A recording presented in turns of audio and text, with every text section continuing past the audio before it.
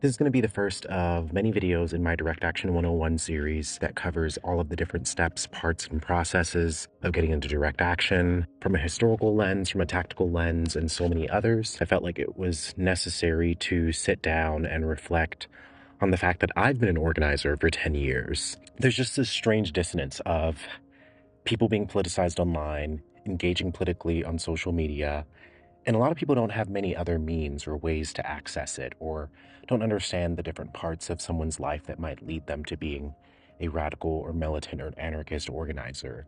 And so I want to sit down in this video and talk through a bunch of different things that I've been through in my life. Taking a moment to let you know that this video is sponsored by Aura. After dealing with the bank hack and the stress of losing my money a few years ago, I knew that I needed to take my digital security more seriously. That's where Aura comes in. It's become a crucial part of my toolkit for being aware of where my information might be exposed online. This year's massive data breaches, from Dell to United Health to National Public Data, have exposed millions to personal data risks, showing just how vulnerable our information has become. Aura manages sensitive details like your social security number, your bank data, and email across billions of data points on the dark web and public databases. It alerts you if anything suspicious comes up, providing real-time notifications. Along with that, Aura offers other features like $5 million in identity theft insurance, a VPN for secure browsing, a password manager to keep your logins safe and strong, and even an opt-out for data brokers to keep your information private. After my banking scare, the biggest change has been fighting for digital peace of mind. Aura gives me the confidence that I'll know right away if anything is off. Features like real-time data breach alerts and a password manager make me feel secure and proactive about my digital footprint. If you're ready to take that first step, try Aura's 14-day free trial at aura.com/Prince Shakur. It's an easy way to start protecting yourself and your data in today's world. I should really start with explaining a little bit about my background. My name is Prince. I'm 30 years old. I'm actually out down south in the U.S. right now doing humanitarian aid work at the border. Being here during the election season, results for this most recent election, and the fact that Trump won and all these other things, it really has me reflecting on a lot. And my upbringing definitely informs a lot of how I've come to the work that I do now, but I haven't always been radical. I grew up in Cleveland, Ohio, to Jamaican parents that immigrated to the U.S. in the 70s. And I grew up with a mom who worked in a hair salon. I grew up on the east side of Cleveland in predominantly Black spaces in a predominantly Black part of the city. And I think just that context growing up, being in a space that is over policed, was already something that I was aware of and could understand. But I also grew up in an immigrant family, a Jamaican family that exhibited a lot of anti-Blackness, that was homophobic in a lot of ways. So even when I was younger, I remember being 8 or 9 and saying homophobic things along with my friends because I thought it was funny and I thought it was a joke. And lo and behold, 3 years later, I'm a gay bee. I didn't really grow up in a community or an environment where we were taught to trust the police. Yeah, you grow up Black and you get the talk, and it's like you only say 6 words to an officer: yes, so, no, no, sir, and thank you, sir. And so I grew up learning how to respect police for the sake of my own safety, but it was never a thing like, oh, police are always right, so you just need to understand that they're always right. And yeah, I grew up in a pretty, what felt normal household. My mom, my stepdad, my brother. I was a goody two shoes, loved to read books. Like, I remember there was this one time where me and my mom were leaving my cousin's house and we stopped at this stop sign, and there was this Black couple arguing, and the woman came up to the door and knocked, and I was in the passenger seat. She was saying, please, please help me. I need, I need to, I need to go. I need to get away from my partner who's abusing me. And my mom sped off. And I remember I was in such shock, and I remember I was so sad that she wouldn't help her. And my mother immediately was like, if that kind of shit happens in Jamaica, you're getting set up to be robbed. Sorry. And this isn't to necessarily share to judge my mom, but it's to share a moment where I very much as a kid saw that the adult world was filled with a lot of messed up and evil things that could happen to people, that people could do to each other. And based off of my mother's reaction, I was so shocked, and I decided that I want to be someone who could maybe intervene.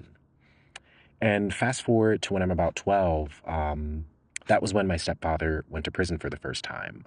I write about a lot of these things in my book, which is why I feel okay sharing it here. But essentially, my stepfather was a drug dealer for part of the time that he was raising us. He was also undocumented, So he went to prison for about 5 years. And this is all mixed up with other things. In the months leading up, like our family started telling us, start calling him Uncle Joe on the phone. Don't mention the people in your class that you have a stepdad. And I remember at one point the FBI searched our house looking for someone else, looking for someone else.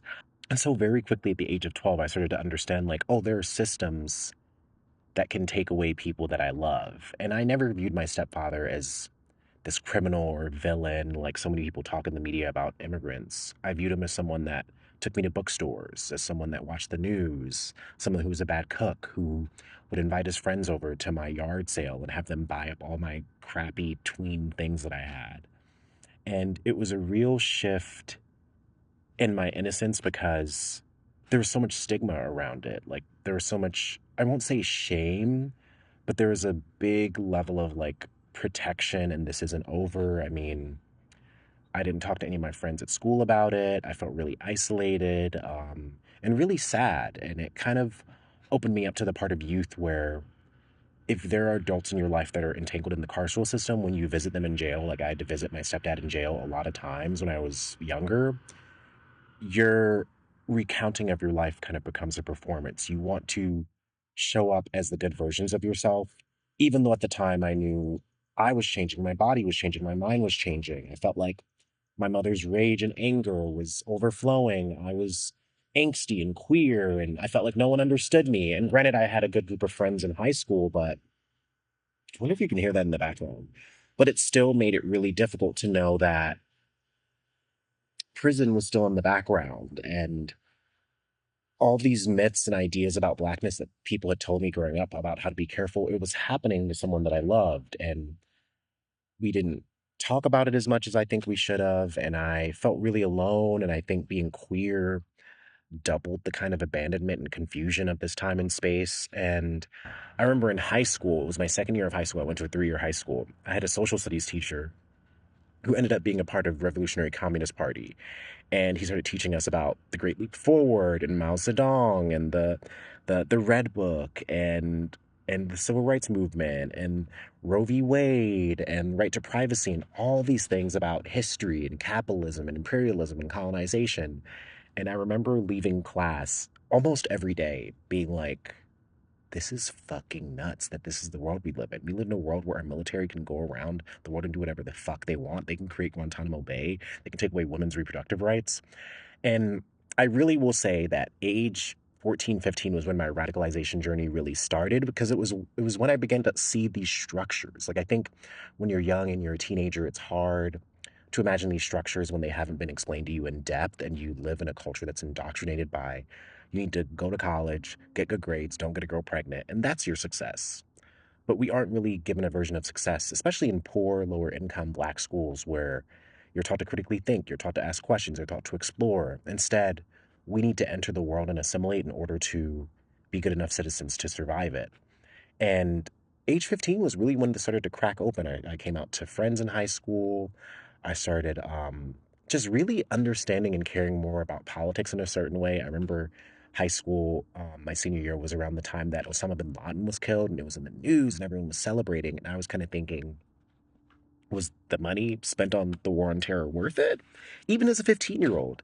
And granted, this didn't mean that my politics were perfect. I still had a lot to learn about abortion. I still had a lot to learn, even about like class issues and other things. I still had a lot to learn about respectability and blackness, but it was the opening of a door for me. And I really look at that time when I was 15, 16, 17 as the first step in my political transformation because I was able to tie the structural things in my life, like jails, prisons, um, some of the homophobia in my family, to the deeper kind of personal things that were happening. Struggling to come out, fighting with my mother, thinking about gender and violence and how my biological father factored into how my mother raised me, and being radicalized and having literature gave me a lot of ideas about the kind of future that I wanted, the kind of person I wanted to be. I knew I didn't want to be someone that came out when I was really old. I knew I wanted to be someone that could stand up for other people and believe in justice. I knew I wanted to have adventures and go out into the world and see and do a lot of things. That was my upbringing, and I'm really grateful that I had strong parents. I'm really grateful that I found tools that could help me emotionally process the things that I went through. That experience of growing up with an incarcerated parent really began to make me an abolitionist, because nothing is as chilling as being 15 years old and going into a prison and emptying out your pockets and putting everything you have in that little lockbox and going through the metal detectors, just like the metal detectors at school. And then you go into a room and you have to perform a certain version of being a happy teen. And it changed me, and it taught me a lot about, I think political life is where we deserve to be the most honest in our lives. So, welcome to this Direct Action 101 series. We're going to be going through a bunch of different chapters of my life. Let's see what's next. I mean, they're killing my friends. It's as simple as that. And have been all the years that I've been alive. For no reasons which have any validity. Why don't you just want to get away somewhere and sit down and write your books? Why don't you want to do that? Because I'm better than that.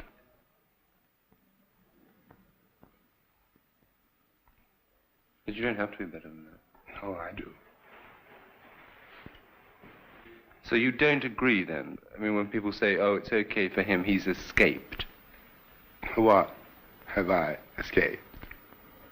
The college years. College was when I really began to kind of understand that my upbringing really shaped who I was as a person. Granted, I went to a predominantly white institution.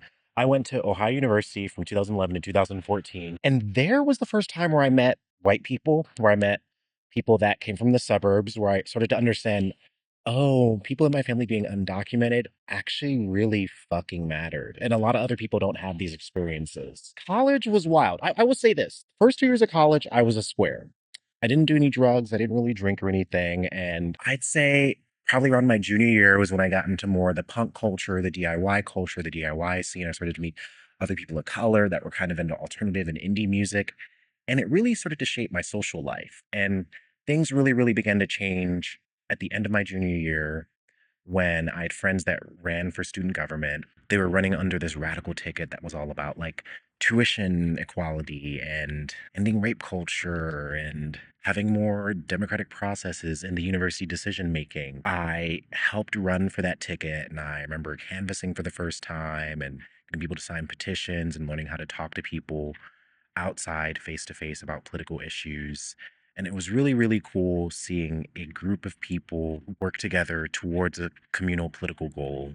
And I probably organized with them for about a month. And then we ended up winning our student senate ticket, which was really wild because something like that hadn't happened in a number of years at my university. Ended up finishing my junior year, going to Yellowstone National Park for a summer. And then my senior year was really when everything began to change. A few days before my senior year was when the Gaza Strip started being bombed once again by IOF in Israel.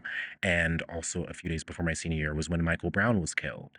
And I immediately got back to my senior year, and I was a part of a walkout my first day. I ended up really digging deep into what had happened to Michael Brown. And then I ended up going to Ferguson October, I think it was, yeah, that October of 2014. And that was my first time going to a night march. It was my first time going to a rally. It was my first time doing something protest wise where I was like, I know we're not doing anything illegal, but the cops could still fuck us up. And I just know that that's the reality. And that was really transformative to me. I even wrote about it in my book. It's the first chapter, in When They Tell You to Be Good. And it really lit a fire under me where I realized, like, I don't want to be respectable. I don't want to go along with what people think and say I should do. And even if I do those things, I could get killed just like someone like Michael Brown, like Tamir Rice. And so I got back to my university. I started protesting. Me and my friends decided to organize a walkout, and that was my first time ever organizing a march. For about a good month and a half, a group of me and like five other people that eventually became this Black radical student organization, we had to decide where the march was. We had to decide how many people there would be. What would the name of it be? What would our demands of the university be? Why were we having it? And how would this march, in service of Ferguson October and everything that they try to teach us in that space, how would it be in service of highlighting the murder of Michael Brown and the racial justice issues. And so we decided to do Hands Up Walkout. Hands Up Don't Shoot was like a big symbol of the Black Lives Matter movement at the time. So that was like a big thing. I remember I suggested that people do kind of like mock mug shots with pieces of paper explaining why they wanted to walk out. And a big thing for us was we want to have a time that everyone walks out, but we need a more informed way to let people know. And we ended up signing up for this free text alert service that you could use to text X amount of people at the same time. And that was something that we put on the flyer. And so if you sign up for that link, then you would be texted at that particular time and told that it was time to walk out of classes. Hundreds of students of all backgrounds marched together this afternoon, calling for a meaningful discussion about race. I walked up, I was excited. Like, it just made me excited that people are supporting not just African Americans, because we're only, less than 2% maybe here at OU, and we need support. We need everyone to get the word out that Black Lives Matter, not only Black people. Students walked out of class as part of the Hands Up Walkout March. They met at the Civil War Monument just after noon before marching all over campus. Organizers and students were surprised by the size of the crowd. This is something that's like a huge issue that we don't talk about at OU, being a predominantly white campus. Nobody wants to talk about race because it's like uncomfortable. I, as a white woman, realized that I don't experience anything along the lines of what they do, but I just wanted to stand in solidarity with the students of this campus. Solidifies the fact that people do care and these issues do matter, and it matters that there are people to help organize and mobilize people so they can start communicating in a powerful way. Student organizers say the march is one of the 77 actions in 64 locations happening today. I think it's important to not just look at what's happening nationally, but localize it and talk about the issues that people on this campus face. However, students believe that there's still some work to be done here at Ohio University. I know there have been panels in the past, but I think that we should really think more about education and about awareness of different cultures and how the police should interact with those, even in Athens. Another big thing that really helped me with was, it was also the first time in my life where I started to understand like what a comrade was, what someone is who is your friend, but also someone who's like politically down and there for you and is willing to like, I don't know, get into some messy stuff. And that looked like to me and my friend Cal walking around campus and talking to white people and being like, do you know about the murder of Michael Brown? That's when I started getting used to like public speaking, talking to people. And I remember we helped plan towards this for like weeks. We went to different Black student organizations. We did the whole 9 yards. We did a lot of promotion. And I remember I think I skipped a class I had at that time so I could be one of the first on College Green. But then, actually, no, I think me and my friends sat in on our other friend's class like we were students in that class. Then we ended up walking out and going towards College Green. And I remember that moment, walking up, chanting, journalists and cameras being on us.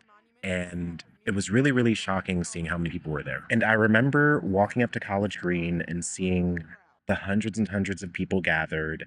And it was so cool because we organized the march in a way. So you had 4 or 5 speeches that were going to happen, and it was people from different parts of the community and someone from Columbus, Ohio. And that was cool because we thought really intentionally about what are the voices that we want in this space? How do we bring people together? There were students, there were professors, there were local community members. And I remember we left College Green and then marched through the streets. And that was also my first time planning something where we marched through the streets. And I was like, woo, yes, we're marching. And it was so cool. And we marched through the streets and we marched around campus. And I can't even remember what our demands were now. I think we demanded like cultural competency and some kind of university statement about Michael Brown and something else. I really can't remember what our demands were. But it was so beautiful to show up, to have people show up, and to see the power in that. And I remember after that, me and my friends just hit the ground running. Of course, there were more police murders that happened. There was Eric Garner. I believe around that time, it was also Freddie Gray. Eric Garner really shook me up, and I decided to organize another march that day. Don't shoot! Don't shoot! No justice! No peace! No justice! No peace! No racist! Police! This is me. I've been slapped in the face with an entirely different reality. It is the same reality that has haunted my ancestors, myself, and will continue to haunt my children. That reality is that America does not care. That reality that pushing for colorblindness is a viable option instead of critiquing and dismantling the systems that oppress everyone. Everybody in this system is oppressed by the same systems we as black people face. Everybody. Gays, whites, poor people, Asians, Mexicans, doesn't matter. I am so scared for the children who I don't have, my husband who I haven't met yet. I am scared. Because we are being treated so unfairly. And I feel like no one is paying attention. I feel like when I say things, I'm always preaching to the choir. I'm talking to the same people over and over again. I hope that someone sees that this man was in a chokehold. It was recorded. What are body cameras gonna do? I'm just really scared and I'm tired. This is not fair.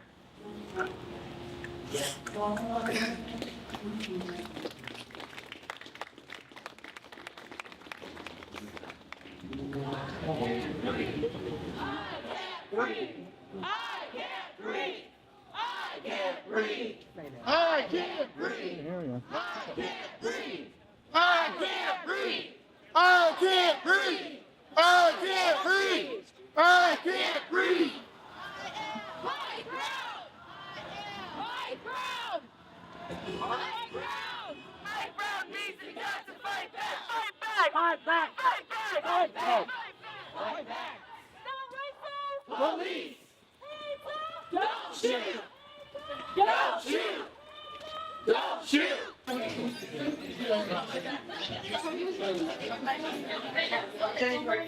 Why are you here? Why are you on the ground? Who are you today? I'm my future son. I am a black woman. I'm a strong ally. Someone's father. Someone's mother. I'm a 12-year-old boy with a toy gun. Leave your signs on the floor. If they don't hear us, they'll see us.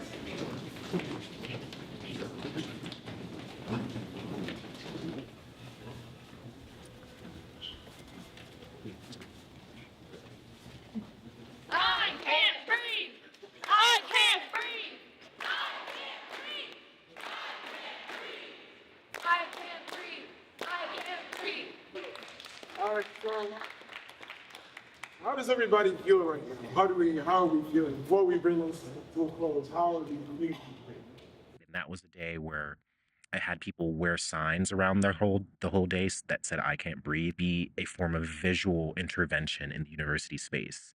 And I think this period of time was also really important to me because I had a mixed friend group. Like I wasn't just the kind of person to hang out with only black kids at university, because a lot of the fucking black people at my university were just normies. And I don't mean that in a mean way. They just weren't cool or alternative or even queer, openly queer. And so I found my space with the punk people, with other folks. And I remember during my senior year, there was like this weird division where I started to notice like, oh, some of the other black students think I'm doing too much, or they think that I'm too radical. Like there was this Martin Luther King brunch that happened that me and a bunch of my friends got invited to because we basically caused so much hell on campus.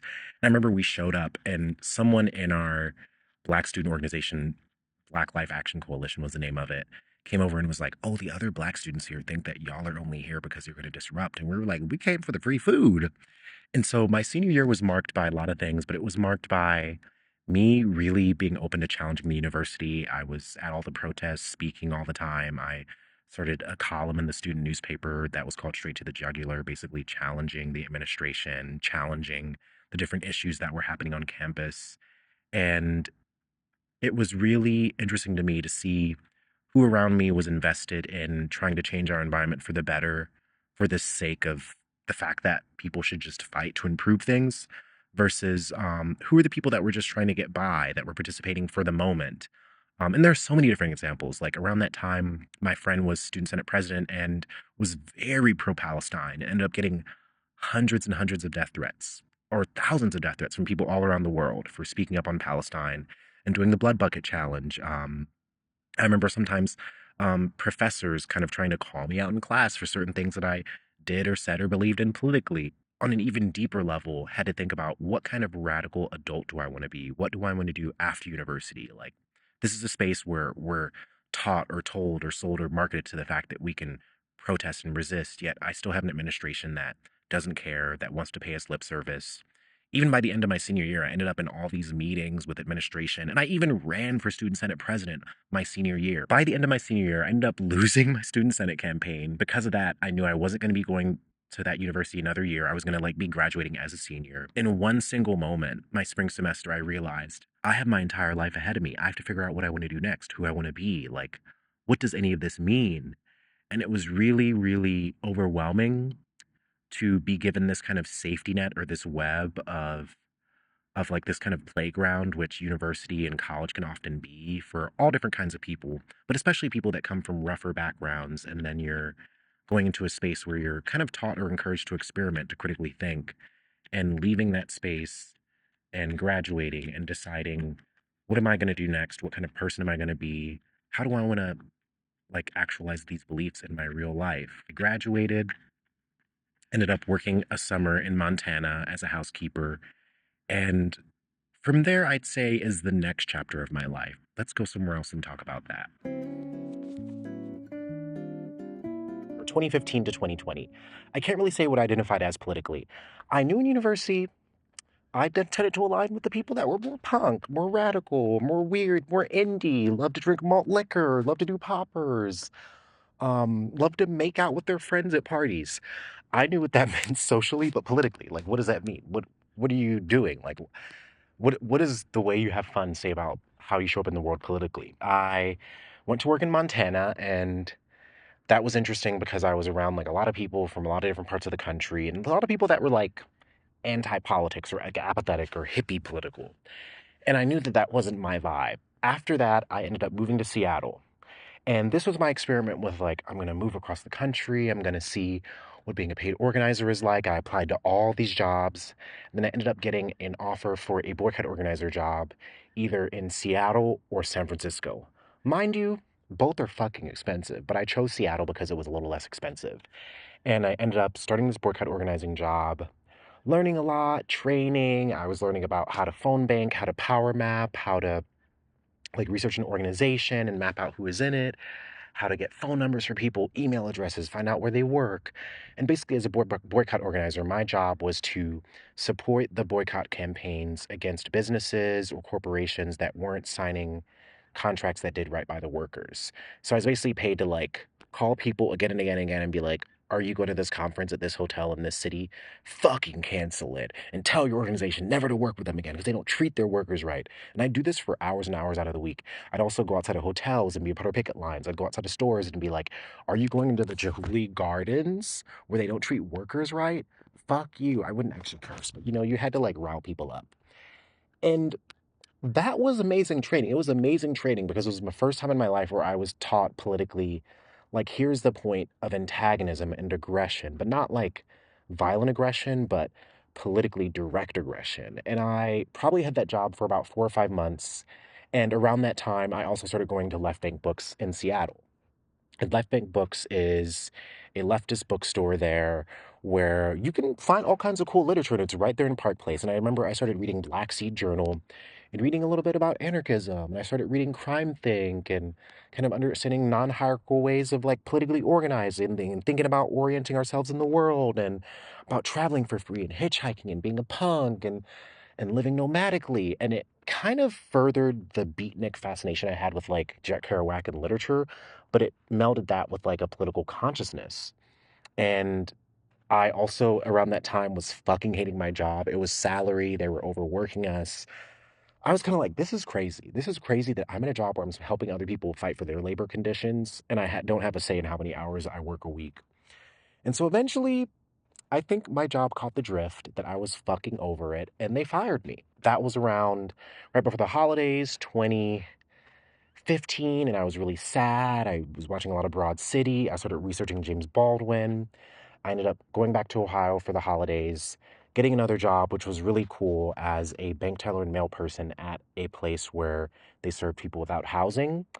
And I learned so much there about mutual aid, about harm reduction, about offering aid to people and not judging them and doing it on their terms.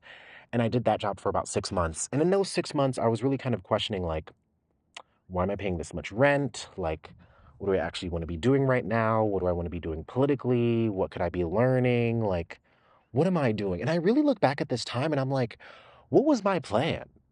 My plan ended up being, I'm going to be like James Baldwin and go to Paris. And I ended up connecting with friends from college who knew people there, ended up going to Paris, being given this address, showing up to this random house, knocking on this door and saying, hey, like, my friend told me that I could stay here. Like, she knows someone named Enzo. Enzo wasn't there. I ended up meeting his roommates, and it was this house with all these international people, all these anarchists.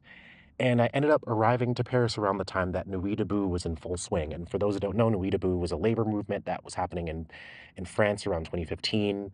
If you don't have any context about Europe, Parisians, French people love to fucking protest. They love to fucking riot. They love unions and fighting and burning shit. I didn't know any of this when I showed up. And so I showed up, and immediately in my first few days, I was meeting other people from around the world who were also there.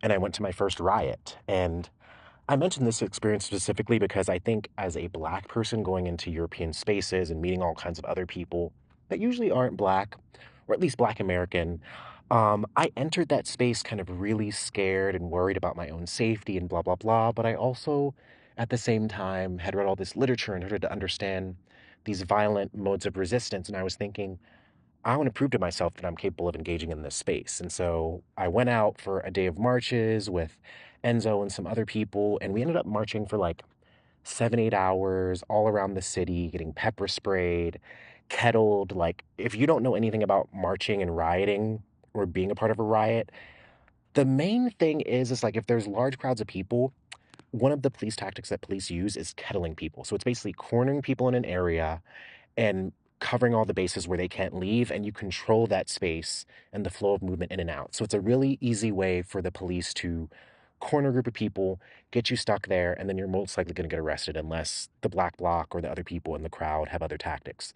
And for reference, Black Bloc is typically the people dressed in all black who are covered up, identities obscured, who tend to be at the front, who tend to be defending people, de-arresting people, maybe throwing a few Molotov cocktails. You don't know. You don't know. I want people to understand how challenging it is to, on the one hand, facilitate lawful, peaceful protest, which is everyone's democratic right, while you're also trying to suppress the actions of a mob, people who have come to commit destruction and violence. You're portraying it as a mob, but at 11 o'clock on a Saturday night in front of the Queen's Quay in the pouring rain with a few hundred people, we saw the earlier attack. We saw an earlier attack launched from within a large peaceful protest on Saturday afternoon. And that's the tactic. It's the embracing of a diversity of tactics, which includes what is often referred to, and you've referred to it, as a Black Bloc tactic. Black Bloc isn't a group, it's a tactic that the larger group employs, that some of the individuals within that group launch their attack from within the protection of a larger group. And so from a police perspective, in order to prevent those attacks from being launched, you have to disperse that larger crowd. I ended up, at one point, this French dude held onto my shoulder and was pepper sprayed and didn't know where his friend was. And I'm like, I don't know where my friends are, but I'm going to carry you or walk with you. And it was my first time engaging in that kind of space. And it was so enlightening to see what the capacity for people in other spaces in the world was, that people could show up by the thousands and thousands day after day and fucking shut that shit down. Have ham radio stations, fucking podcasts, zines, fucking, like, at Plaza de la Republique, there were hundreds of people every day. And I've never seen a movement of that capacity. And so I went to Europe, I had my little fling, ended up being really inspired, came back, worked in Montana, everyone was racist, ended up leaving, cussing people out, being like, fuck this. Came back to Ohio, got another paid organizing job. And at this point, I was just kind of like, well, fuck it. I mean, why not? I ended up working for a super PAC. I didn't know what a super PAC was. A super PAC is basically a political entity that is able to invest in nudging the public towards a particular candidate, but you can't really name the candidate. You have to do it under the basis of a political issue. This is my understanding of a super PAC. I ended up getting paid really well for the 2 or 3 months that I was working this job. Ended up fucking hating it once again. Getting encouraged to get people out to vote, taking all these petitions, all this information. I'm like, where is this information going that I'm asking people to sign up to vote responsibly? Like, what the fuck am I doing? And my boss was socialist and trying to use that to get me to fucking work harder. And then around that time, I had friends in the same town, my university town, that were part of this organization that was way more socialist. I ended up being a part of this like kind of anarchist group that kind of or scouted people from that organization. And then we ended up doing more mutual aid stuff. We ended up canvassing around various social issues. We ended up doing a vigil, I think around that time, because Tyree King was a young black kid that was killed by Columbus Division of Police around that time. And I ended up quitting that job. Right now, I'm editing this. I totally forgot during this time. I also disrupted a Bill Clinton speech. For a fake democracy dependent on myself. No, wait. You said we ought to do something. I will not vote to change the incarceration. And then a week later, going to Standing Rock. And I've maybe talked about Standing Rock on this channel in different ways, but Standing Rock was a movement that happened in 2016. Indigenous-led, was against the Dakota Access Pipeline.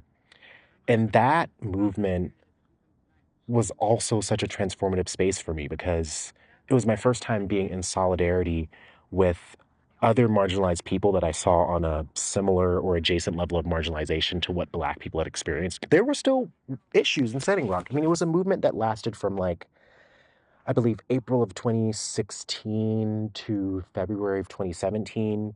And there were all different factions, all different kinds of tactics, all different kinds of men, women, children who were part of that space. Some that wanted more violent protests, some that wanted to be more peaceful, some that wanted to use prayer as a way to make themselves the more perfect victim. Some people that were just like, fuck being the perfect victim. This is our chance to take a stand. We're indigenous. I saw all of the above. And I also experienced anti-Blackness there, experienced homophobia, experienced peace policing, all of these things.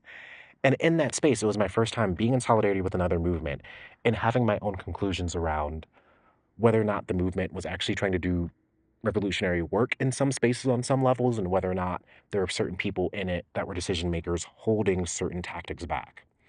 And it was really intense, overwhelming. I ended up going back 3 different times. And the first time I went, I did a bunch of childcare. The second time I went, ended up finding more crews, other people that I politically aligned with. My friend ended up getting arrested during one of the most brutal days of like arrests, which was when Highway 1806 was shut down. October 27th, 2016. Early in the morning, an alarm drove warriors towards the front line.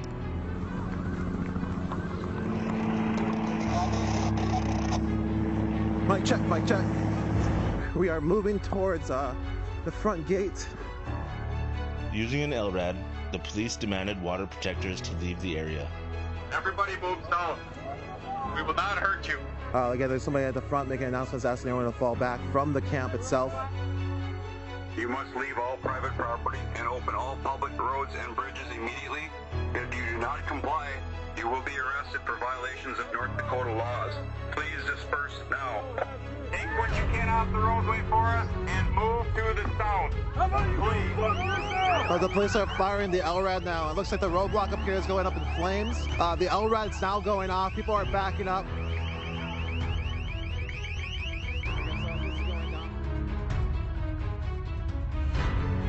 Water protectors from the camps went out and spoke to the police. They came back and told those standing at the barricades to leave. Warriors lit tires and moved barricades into the path of the oncoming raid as others dismantled them. So there's like a group that seems to be telling people to move back, another group saying to hold the line. This is the pretty much once the police are past this point, they'll be able to easily move to the new winter camp and clear it out. There'll be no ability for anyone to be slowed down.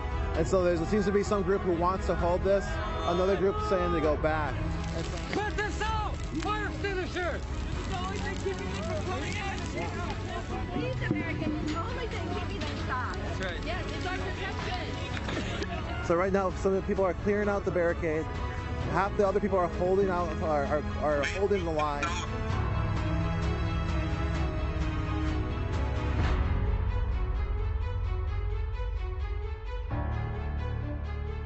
I feel like these cops are trying to get us to move this barricade because what they want to do is they want to move this camp out of here right here because this, you can see where the pipeline is coming. So they're going to try to come through here, and I feel like when they do that, they're just going to fucking arrest everyone, dude.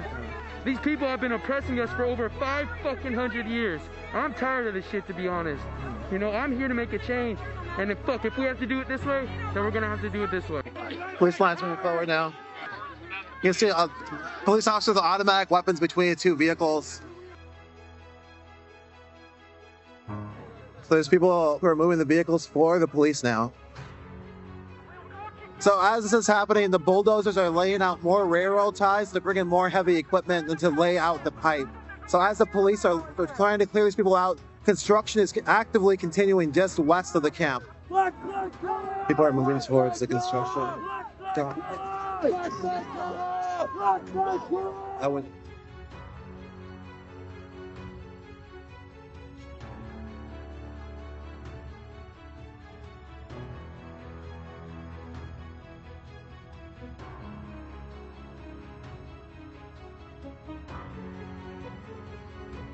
This is the sort of the road that was cut September 3rd where the dog attacks happened. You can see there's lines of police officers. They're there because the water protectors moved on when they saw construction happening right down there. You can see the excavators there bringing in railroad ties. People are trying to hold this line, and there's a massive police store right here. This is north on 1806.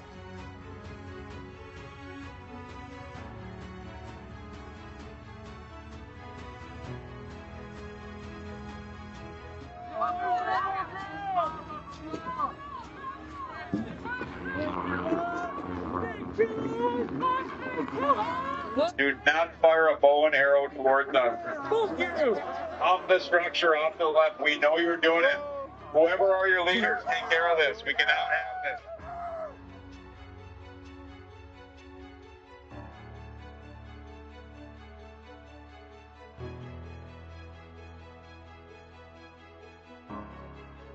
this. There's a big mass of people further back, and this is the front line right here.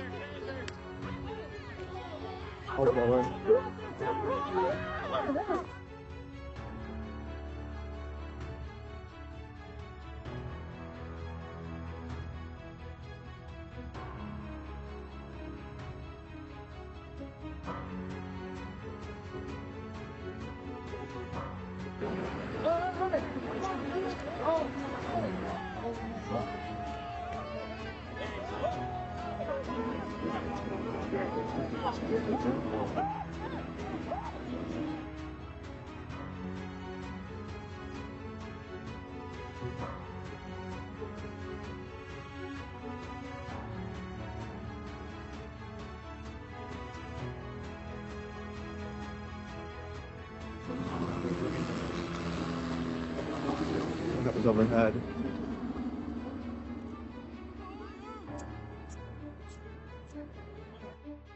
The militarized police force placed snipers on hilltops and swept through the camp, clearing out the water protectors at gunpoint.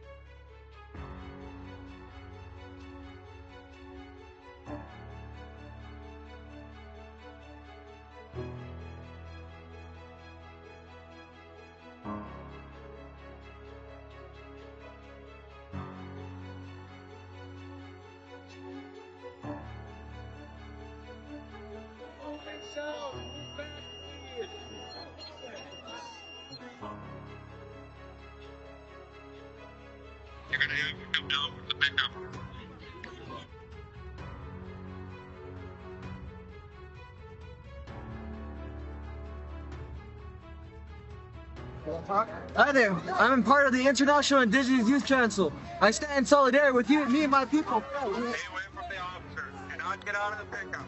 Stay back. Stay at the pickup. Stay back.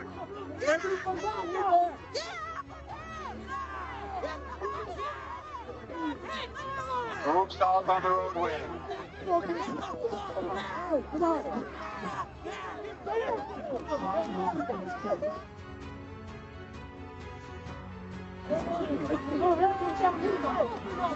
Good. Do not throw objects from the crowd. Move to the south.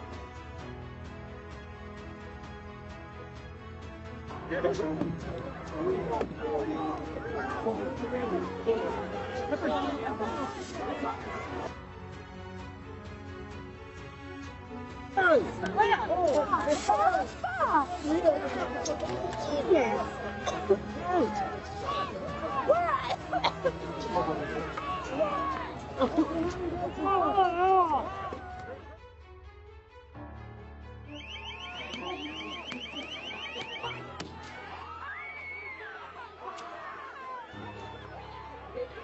to the south. Go back to the south camp. Back to the south camp.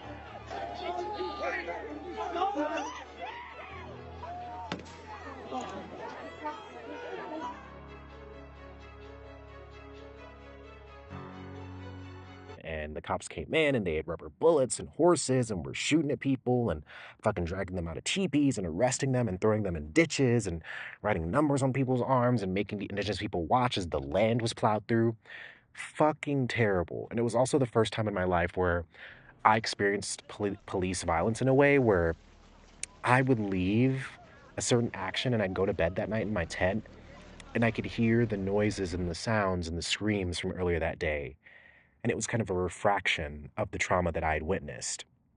Not only did my friend get arrested, I basically also got arrested too. I won't even go into that. I also got arrested.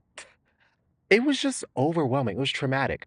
Being in Standing Rock, going home, being in Standing Rock, going home, explaining to people back home, this is why you need to be there, bringing people there. They're getting traumatized. They're like, and there's just so many things about Standing Rock. I mean, there were psychological things that I believe like the elders in the camps would do to be like, we need warriors to the front lines. We need warriors to show up.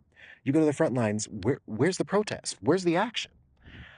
And so I just think there were so many things that were happening that I didn't understand, some that I did.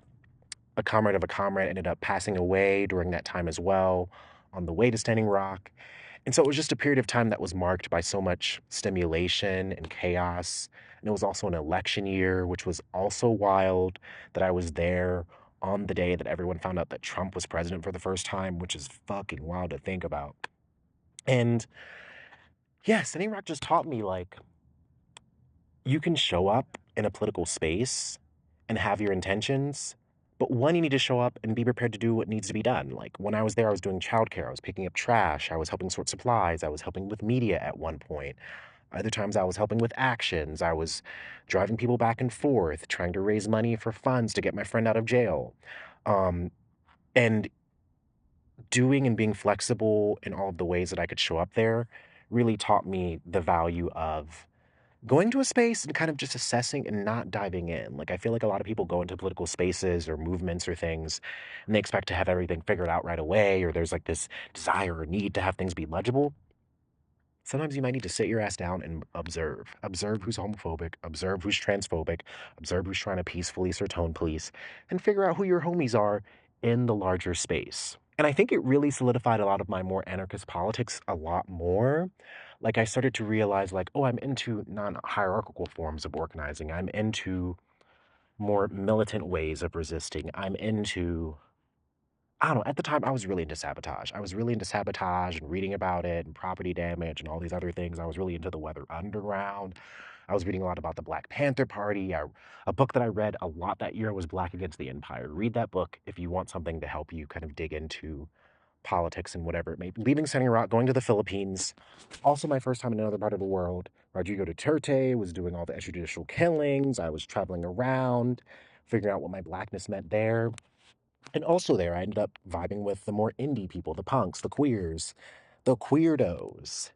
And this is why I mean, like, not everyone needs to be an anarchist or believe what I believe, but I believe, like, weirdos, anarchists, especially when it's people of color, they know how to fucking have fun. They know how to party. They know how to throw parties, do mutual aid, blah, blah, blah. And 2016 involved a lot of other things. Like, I was doing mutual aid for Charlottesville, the Philippines, and I came back to the U.S., was kind of figuring things out for a year and a half, living at home. I started getting into journalism, started writing about social movements, Black Lives Matter, police murders. And come 2018, I decided to move to Columbus, Ohio, because I had friends there. There was cheap rent. And I started kind of seeing and kind of engaging with what the folks were that I knew there. I knew I had some friends from college there, some other random friends that I met over the years. And eventually I learned about Black, Queer, and Intersectional Collective. At this point, I'd been organizing in Athens, Ohio, organizing a little bit in Columbus and other things. I think some folks kind of knew of me, and I ended up getting invited to be a core organizer with Black Queer and Intersectional Collective. And I would describe Be Quick as a social and political organization that does a lot of mutual aid and community care towards Black LGBTI communities of color. Black Queer and Intersectional Columbus, or Be Quick, came out against the arrests of 4 activists for protesting and getting into an altercation with police at last year's Pride Parade.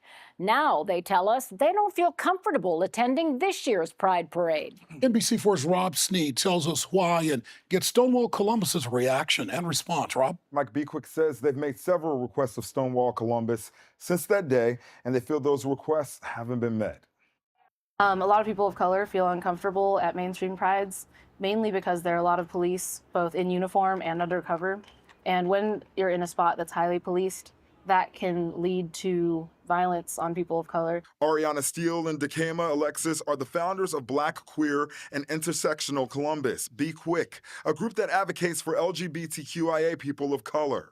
They've been vocal since the Black Pride 4 were arrested, asking for change in the planning of Columbus Pride and shining a light on what they feel isn't enough inclusiveness on the executive board of Stonewall Columbus. Stonewall is the organizer of Columbus Pride. We've been asking that the board execs step down from their positions and replace themselves with people, queer, trans folks of color, who would then organize around queer and trans folks and art issues. Both founders say they feel as though no one from Stonewall is listening to them and have made no attempt to meet with them. In the past, before I was... And so when I was working with them, I was mainly a community, help facilitate meetings. I helped organize educational opportunities like the book club. I would also help facilitate trainings of the core organizers. We tended to kind of like plan and orient towards the major events every year, whether that be Community Pride, which we ran, whether that be the Emergency Fund, which offered thousands of dollars of money to Black LGBTQIA people in the community in need a month. Organizing demonstrations, doing speeches, talking to other organizations. And this was cool because it was my first time being in a political space that was specifically, not just for Black people, for Black LGBTQIA people. And this was really moving and transformative for me as someone who was newer to Columbus, someone that wanted to engage, that wanted to learn. And I feel like I found a home in a way that I didn't expect with Be Quick. And I mean, maybe I did expect it, but I don't know, it just had never happened to me before. And I found it really beautiful and moving to organize in that space, to help people, to think about abolition, to talk about things radically as Black LGBTQIA people. And I really, really love that. And also around that time, I ended up also getting really mad about what was happening at the border with the children being in cages. And I ended up doing a mutual aid speakeasy and then going to Tijuana in 2018 to organize. And I ended up going to Benito Juarez and other community centers there, digitizing documents for people that were trying to cross and seek asylum, doing childcare, buying food, supplies, groceries, just anything that any of the dozens of people I was trying to help with. And that month was also really transformative because it was my first time organizing something kind of mutual aid with my own resources in my community and then going to another place, like just as like 1 or 2 people and really dropping in, learning. I didn't know any Spanish. I still don't know any Spanish. And that was really amazing too, because yeah, you're just dropping into another fucking country and you're like trying to be respectful and do the work and show up and like listen to what people need and what they need from visitors and volunteers. And I'm very much someone like, I'm not going to come in and be like, this is what you need to do. I'm going to show up, listen, help out where I can, and try to take whatever lessons I can leave with. And that was also really powerful. I kept organizing with Be Quick, went back to Ohio. 2019 rolled around, and I won't get too much into this, but let's just say that a lot of the social scene in the political spaces in Columbus were really shifting, and there was a lot of conflict. And I reached a point where I started to see how the lack of accountability in some of the political organizing spaces I was in was not only causing problems and tension with other people amongst each other, but I reached a point where I was like, I can't organize with people that I don't trust in terms of how they handle conflict. And come late 2019, I decided to step back from Be Quick after organizing with them for about a good 2 years and kind of breathe, take a step back, figure out what I wanted to do. At the time I was working on my first book, I was thinking about all these other things I wanted to do. And I ended up taking a step back from Be Quick. And lo and behold, a number of months later, the lockdown would happen, George Floyd would be murdered by police, and a whole new movement would start. And I would enter yet another organizing journey in my life. Everything before 2020, from like 2015 onward, I think it really solidified what kind of organizer I am, how I like to show up in spaces, because that was really a time where I was like going to different parts of the country and going to different gatherings and convergences and meeting people and getting to know different kinds of people and learning about different projects. And I think at the time I felt somewhat insecure about not showing up and being the most ready or boisterous or whatever. But in retrospect, I realized like I was entering a lot of different spaces as a Black queer person, and I needed to show up and offer both that space grace and myself grace by being like, I don't need to determine what I think right now. I don't need to know what I feel right now. I just need to show up, operate, learn, find my comrades, find my community, and go from there. And it was a really beautiful period of time, and I think organizing in Be Quick taught me a lot. Doing all those different forms of mutual aid taught me a lot because it really showed me no matter what's happening on the larger level, if you have a crew and a community and your comrades, you can usually figure out or find some steps on what to do next. But for next, we're going to talk about 2020 and George Floyd.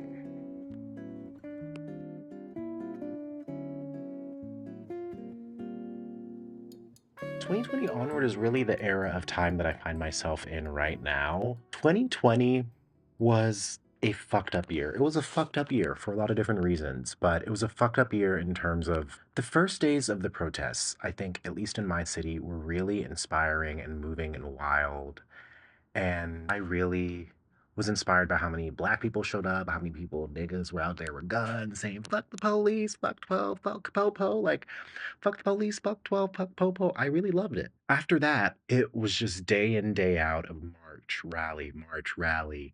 And 2020 was really the time where I think me and a lot of the people that I knew were like, what is the point of all these marches and rallies? Like, are we demanding anything? Is anything changing? Like, are we really trying to, like, get things done, or like what is the point? There are a lot of different ways that I could judge 2020, but I think one, it was amazing to see the capacity at which the American public could show up when we were at home in lockdown. And granted, maybe a lot of people were just bored and wanted to be outside, but seeing thousands and thousands of people show up in cities all around the country, all around the world, it really shifted my idea about the capacity of mass mobilization in the US. 2020 was also an interesting period of time because it was really when you started to see counterinsurgency and surveillance culture kind of take even more effect in terms of like my contemporary adult life. Like I'd never really been a part of a movement, I guess outside of Standing Rock, where I'm like, okay, there's probably a file on me or people I know somewhere. But 2020, I was like, for me, it felt like my responsibility to mask up when I was at protests, both for COVID safety, but also because of like being identifiable, being Black in a city. And yeah, I mean, I'd say like the protests in Ohio and central Ohio lasted like a number of weeks. And I'd say after about the first week, you started to see newer political organizations pop up, orgs that were like talking to city council or willing to allow police to like permit their marches. And since I wasn't really in a particular organizing group at that time, I was just kind of like operating off of the different crews that I know. So you'd block up for whatever particular march or rally you were going to, making sure that you were covered up, that you didn't have any identifiable things exposed. Then you'd go. And I remember there was one rally I went to where the route of the march was confusing, and then the march ended, and we literally went to this street where there were cops and journalists, and the people that were organizing that march like led us as people in the crowd to talk to the cops about why the city was improving so it could end up on the news. And I was just thinking like, is this about abolition or is this about a photo opportunity or about the optics? And I started reading about counterinsurgency. And for those that don't know, counterinsurgency is literally when there are revolutionary movements or mobilizations happening, and the state or the state's allies try to implant people within movements that are more aligned with the state's values, or it's newer people that maybe don't know as much about how cops lie or about different theories of change or skepticisms around reform, that they are able to be enfolded more into the state's logic because they're newer and they might believe in what the state is offering in terms of a solution. And what the solutions at the time looked like were a citizens committee to overlook police misconduct, which I don't even know if it really fucking did anything in Columbus, and Really out of 2020, I saw a lot of burnout. I saw a lot of movements and connections and people and relationships fall apart. I lost a lot of faith in the different organizing spaces that I was in. And I was just kind of thinking, like, what is going on? What do I do? And how do I lend a hand? And I think one of the biggest lessons I learned around that time was the importance of security culture. Security culture meaning a series of behaviors or processes that you can build into your organizing spaces or political spaces that protect you from state surveillance. And this might be light forms of vetting, it might be encrypted forms of messaging, it might be only letting people know the details they need to know about a particular action that might be coming up soon that they may or may not have a red, green, or yellow role in. Because at the time I was just thinking, like, the more of my direct work that I'm putting online, the more of a disservice I'm doing to myself in terms of the state's capacity to observe and watch me and understand exactly what I'm doing. And so a lot of folks I knew were reading up about Signal, about encrypted email, about different ways of sharing large files or information, about how to securely share certain kinds of literature that can let people know what they need to do for a particular protest. And 2020 was wild. I eventually got through the protests. I finished my book, or 2021 rolled around, and I finished my book and I was kind of thinking towards what next. By that point, I'd been living in Columbus for a few years. I was kind of like, I don't really need to live here anymore. And I ended up moving to New York in 2022 and kind of leaving my home and my scene, going on book tour, meeting people in New York. And all that I really say about New York on a direct action level was that I don't think I found a way to dig enough into the organizing scene there. I think I was very new, very green, very fresh. I was trying to figure out how to live, how to work, how to meet other artists, but I don't think I ever got deep into like any particular political spaces.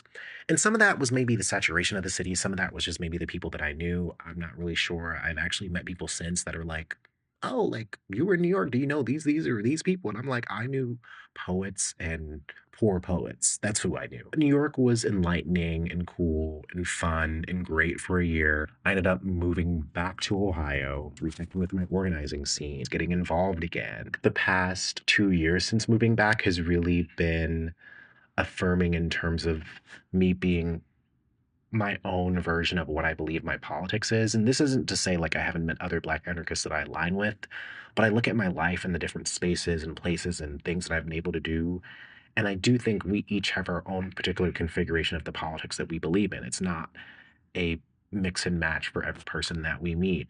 The perspective of all these different places that I lived in, also this perspective of leaving and coming back and appreciating the ways that community and community work felt easier in Ohio than it did in New York City, which kind of sounds matter of fact, but I think it's a lot deeper than even just that simple phrase. I've done a good amount of environmental work. I've done a good amount of studying anti-repression and counterinsurgency again. I've also done a lot of legal defense work. I was a part of helping out the Boeing 5, which were 5 people that were arrested earlier in the year in March for shutting down a Boeing facility, which, if you don't know, they're hugely tied to Israel and weapons manufacturing, and they were able to shut down the facility for a number of hours. Sign that was on top of this car read Boeing's armed genocide. Now, we learned involving in this protest that 5 people were arrested and they will face charges of felony obstruction. We're working to learn more details, what time they got here, but this road was closed, I want to say, for a few hours,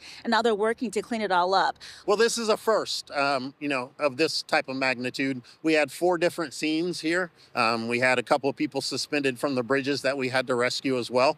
Yeah, it's a little bit frustrating, but again, like I said, this is something we've never had here in the city before. These people face numerous charges, felonies. Legal defense work up close really brought me in again to the mode of organizing where you're working with large amounts of people. You have to do meetings, you need to facilitate, you need to have a stack, you need to have a to-do list and tasks that people walk away with. There needs to be different working groups or people checking in with each other. Can't really say I really, really, really loved all of it, but I loved the aspect of legal defense, which is showing up for people that really need it, that are facing state repression. And maybe it was the reality of the Trump presidency or the ongoing genocide against Palestinians and how the U.S. and various U.S. institutions and institutions all around the world are reacting. But I began to see the ongoing necessity for anti-repression work, for legal defense work, for understanding guerrilla tactics and ways of opposing and evading the state. I've also been helping a lot out with In the Mix, which is a podcast led by incarcerated folks, both former and currently incarcerated. And even in that work, I've begun to see like how important it is to have relationships with people that are incarcerated or to understand their experiences and their realities. Because if incarceration is the ultimate fear for someone in movement work, if our government moves more and more towards fascism and repression, the reality of incarceration is going to become more commonplace. And I don't think it should be something that stops us from fighting for a better world. And so I kind of view abolition and legal defense work two pillars under kind of the umbrella of abolition, which has been really cool and amazing to do. And legal defense work is just like so fascinating and interesting. Like it's very time constraint oriented. It's very much about research. It's very much about gathering as much information so that the people that are going through trial or whatever trial process that they may be going through have the knowledge and skills that they need to figure out what their strategies are. Doing that work, I think, has just really, really compelled me to want to continue to do legal defense work in the future. And obviously this year I've also dove deeper into like my podcast, into posting on YouTube. And granted, I didn't mention this, but like in 2017 when I was in the Philippines, that was kind of really when this chapter of my YouTube journey started. But I also kind of started YouTube, oh my gosh, like 12 years ago. Through all of the processes of making videos online and thinking about propaganda and talking about politics and engaging, it's really taught me a lot about how important it is for us to have our own individual frameworks around the world that we live in and to spend our time researching, understanding, theorizing, and experimenting on a community level to test those frameworks, to think about them. Like, it was so cool and interesting to make my Yes, the US is Fascist video because that phrase is something that's always been in my mind, but I've never sat down to explain it. Or like, is Kamala Harris a progressive threat or progressive hero or fascist threat or any of the series of topics that I've done this year? And it's made me really proud because I think I'm finally merging video with politics, with writing in a way that I think is only going to continue to be interesting and needed and necessary. Because I think in this next Trump administration, truth telling in media, being able to, what does my mom say? You need to be able to pick, you being able to pick sense from nonsense. All of those things are going to be necessary on a media level. And how do we make our ideas and the ways that we show up in the world more accessible to people, more matter of fact, and not something that's like complicated or overly moralistic? How do we make it make sense? And I think a lot of that is just taking the time to sit down and to find different kinds of ways to explain ourselves, to talk about our ideas, to talk about the very real justifications for why people are radical and anarchist and antagonistic towards the state, why people don't want to be invested in a state-based logic. I mean, since working those Get Out to Vote jobs in 2016, I have not at all been invested in the legitimacy of electoralism as the US presents it to us. I see it as something that can help us sometimes in the short term, but I also see it as somewhat of a distraction in this overall goal to being decolonial, to confronting imperialism, to fighting the empire while we're in the belly of the beast. If we're always fighting for a weaker adversary, we're not really dictating the playing field that we're working on. And even if we can't dictate the playing field that we're working on, we can at least show up and demand the capacity to be antagonistic against the state, to find modes of providing direct service or aid, to doing the things that a conscious or humane state would do. And this brings me to right now. Like, I'm currently in the South doing humanitarian border work. I leave in a few days. And even just being here, every new political spaces I go into just teaches me a lot, exposes me to a lot. And I think being here, especially as a Black American and the product of my family's immigration journey, it's making me think a lot about the connection between abolition, anti-Blackness and carcerality, and also the notion of borders as a, oh my gosh, there's a dog over here. It makes me think a lot about those connections, about how in so many different political spaces that I go to, especially when it's not just a Black space, I never fucking see Black men. I barely ever see Black men in political spaces, and I always wonder why. And I felt that here. But being here, it's really instilled in me the need again for us to demand an antagonistic approach to opposing the state violence, imperialism, colonization, fascism, because if you look at all of those things and the systems and the tools that they use, so many of the tools that the state will use and utilize and fight for and demand and defend, it's through systems of violence. And so how do we defend ourselves from systems of violence? So I have a few questions to end off this video. What has organizing taught me personally and emotionally? I think this is a really important question because when I was writing my book, my memoir, When They Tell You to Be Good, I kept thinking of this question a lot and how important it is to look at the emotional aspect of being an organizer. And I don't know, I mean, it's taught me a lot of things. I mean, I think it's taught me personally that I don't like to show up to spaces with lots of stimulation and loud people and to demand my space. I kind of like to show up and like figure out what's going on. And sometimes when you're showing up to political spaces, that can be to your detriment or it can feel like it's to your detriment because you're like, I'm not really engaging readily or right away. But as a person of color, I think it's really important to show up to different kinds of political spaces and to understand what their points of unity are, not just through what they say, but their course of action. I also think organizing has taught me that if people believe in me and see that I could be useful in a leadership situation, I'm usually going to fucking just take whatever responsibility or role that people offer me to me. Usually. I mean, it depends. There are distinctions, and I've learned over the years to draw lines and boundaries. But if someone needs someone to speak to the news or to do an interview or to take footage and to document it or and edit it and turn it into something else or to facilitate or to strategize around different tactics for something or to facilitate what the different options are, I'm going to throw down, I'm going to do those things. Rage and indignation are such important emotions to work through, not only emotionally, because I think on an emotional level in my own life, I have a very complicated relationship with anger. Like sometimes I fucking hate being angry, and other times I'm like, yes, bring it on. But I think in political spaces, anger can be extremely useful because when we live in a Western society that is based all around these illusions of civility in order to prop up the status quo, righteous anger is what shines through, leading, like, fighting. What the fuck are these things in the background? Oh my God. Are these birds fucking in the background? Next question. Have there been times in your organizing journey where you were afraid? Yes. Yes. I mean, anytime I've been in a riot or a protest or an anti-fascist thing where shit gets out of hand and you're running and you're fucking trying to fucking jog down these fucking side streets and you hear people screaming and you're like, I don't know where my friends are.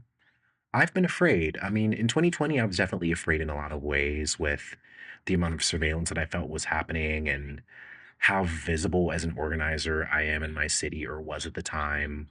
I've also there's been plenty of times where I've been afraid for friends, whether it be them being incarcerated or dealing with the state or police. I think any time where you're doing movement work and someone's autonomy could possibly be taken away because of the political choices or actions they made or didn't made, it can be really scary because it cements a reality where this could happen to any of us and it's happening to people like me or unlike me all the time. And then can you recall a moment where you realized you wouldn't sit on the sidelines anymore?